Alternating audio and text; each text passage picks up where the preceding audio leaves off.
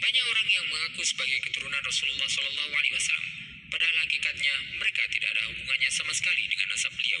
Dan hal ini bukanlah merupakan hal yang baru. Hal tersebut terjadi sejak ratusan tahun yang lalu. Hal itu dilakukan karena berbagai alasan, baik untuk mendapatkan keuntungan materi maupun untuk mencari kedudukan yang tinggi di tengah masyarakat. Ketika kita berbicara tentang keturunan Rasulullah SAW, maka kita akan membahas tentang anak-anak beliau.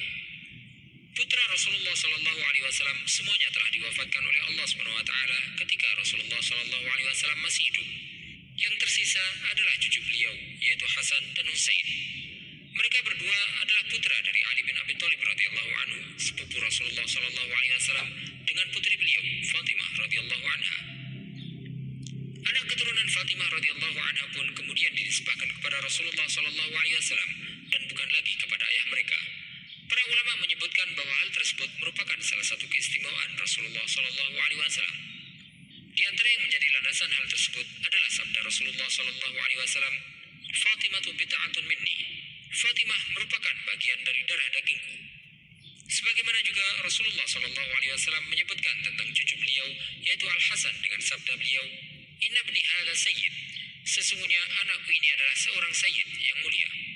Di mana beliau menyebutkan cucu beliau dengan panggilan anakku. Kemudian dari keturunan Husain, yang tersisa hanyalah Ali Zainal Abidin. Dan Ali bin Husain radhiyallahu anhuma merupakan satu-satunya dari keturunan Rasulullah SAW yang selamat dari peristiwa Karbala.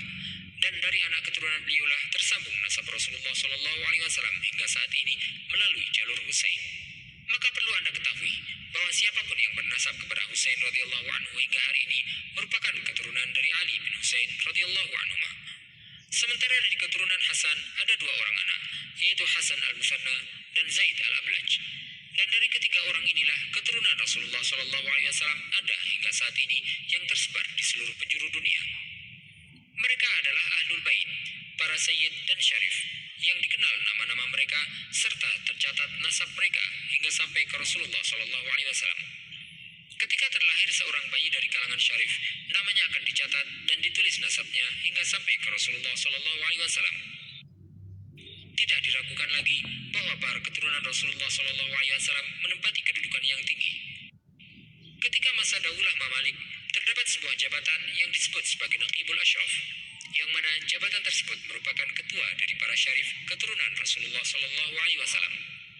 Hal tersebut dilakukan untuk memberikan hak dan keistimewaan bagi mereka, baik dari sisi sosial maupun politik. Di antara keistimewaan khusus yang diberikan kepada para syarif di masa dinasti Utsmani adalah pembebasan pajak dan terbebasnya mereka dari tuntutan biasa. Ketika terjadi pengaduan hukum terhadap salah satu syarif, maka Naqibul Ashraf lah yang akan menghakimi aduan tersebut dan menjatuhkan hukuman kepada pelaku tindak pidana. Naqibul Ashraf jugalah yang bertanggung jawab dalam menjaga rantai nasab keturunan Rasulullah SAW.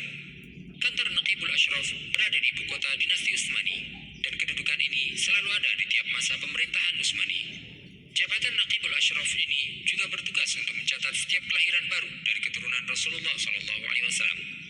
Oleh karena itu, diyakini bahwa kebanyakan dari para syarif keturunan Rasulullah SAW berada di Turki saat ini, selain juga banyak yang menyebar di berbagai belahan negeri Muslim. Julukan Sayyid dan Syarif keturunan Rasulullah SAW didasarkan pada beberapa hal. Di antaranya adalah ketika Rasulullah SAW menyebutkan tentang Hasan dan Husain, di mana beliau bersabda, "Al-Hasan wal Husain Sayyidah Syababi Ahlil Jannah." Hasan dan Husain adalah dua sayyid atau pemuka para pemuda penghuni surga. Adapun julukan Syarif yang berarti mulia disebutkan karena mereka memiliki nasab yang tersambung kepada Rasulullah SAW yang mulia. Tidak setiap orang yang memiliki nasab kepada Rasulullah SAW adalah seorang wali Allah yang taat beribadah. Tapi ada di antara mereka yang merupakan orang-orang saleh, sebagaimana juga ada yang merupakan orang-orang fajir. Ketika seseorang yang memiliki nasab yang bersambung kepada Rasulullah SAW, hal tersebut merupakan sebuah kemuliaan. Tetapi setiap orang akan bertemu dengan Allah SWT di hari kiamat hanya dengan amal ibadahnya, bukan dengan nasabnya. Dan setiap orang dari kita akan diukur baik buruknya sesuai dengan amal perbuatannya. Karena orang yang paling mulia di sisi Allah SWT adalah orang yang paling bertakwa. Sebagaimana yang perlu kita ketahui juga bahwa memiliki nasab yang mulia ini tidak akan mendatangkan manfaat baginya jika dia adalah orang yang fajir. Dan seorang muslim bisa saja merupakan hamba yang taat yang memiliki kedudukan tinggi Subhanahu wa taala padahal dia tidak memiliki nasab kepada Rasulullah sallallahu alaihi wasallam. Yang harus diusahakan oleh setiap muslim adalah untuk memperbaiki amal ibadahnya. Sedangkan nasab yang mulia tersebut bukan merupakan wewenang manusia, tetapi merupakan hak yang dimiliki oleh Allah Subhanahu wa taala yang dia berikan kepada siapapun yang dia kehendaki. Dan orang yang memilikinya pun tidak memiliki keutamaan lebih di akhirat hanya karena dia memiliki nasab yang bersambung kepada Rasulullah sallallahu alaihi wasallam. Termasuk hal yang penting adalah kita sepatutnya tahu siapa saja yang merupakan keturunan Rasulullah sallallahu alaihi wasallam agar kita dapat menunaikan hak-hak mereka. Yang mana di antara hak-hak yang harus ditunaikan kepada para keturunan Rasulullah sallallahu alaihi wasallam adalah dengan mencintai mereka dan memuliakan mereka dengan niat untuk memuliakan ayah mereka yaitu Rasulullah sallallahu alaihi wasallam.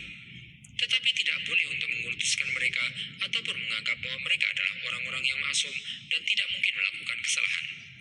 Sebagaimana juga kekhususan yang ada pada keturunan Rasulullah sallallahu alaihi wasallam bahwa mereka tidak boleh untuk diberikan zakat atau sedekah.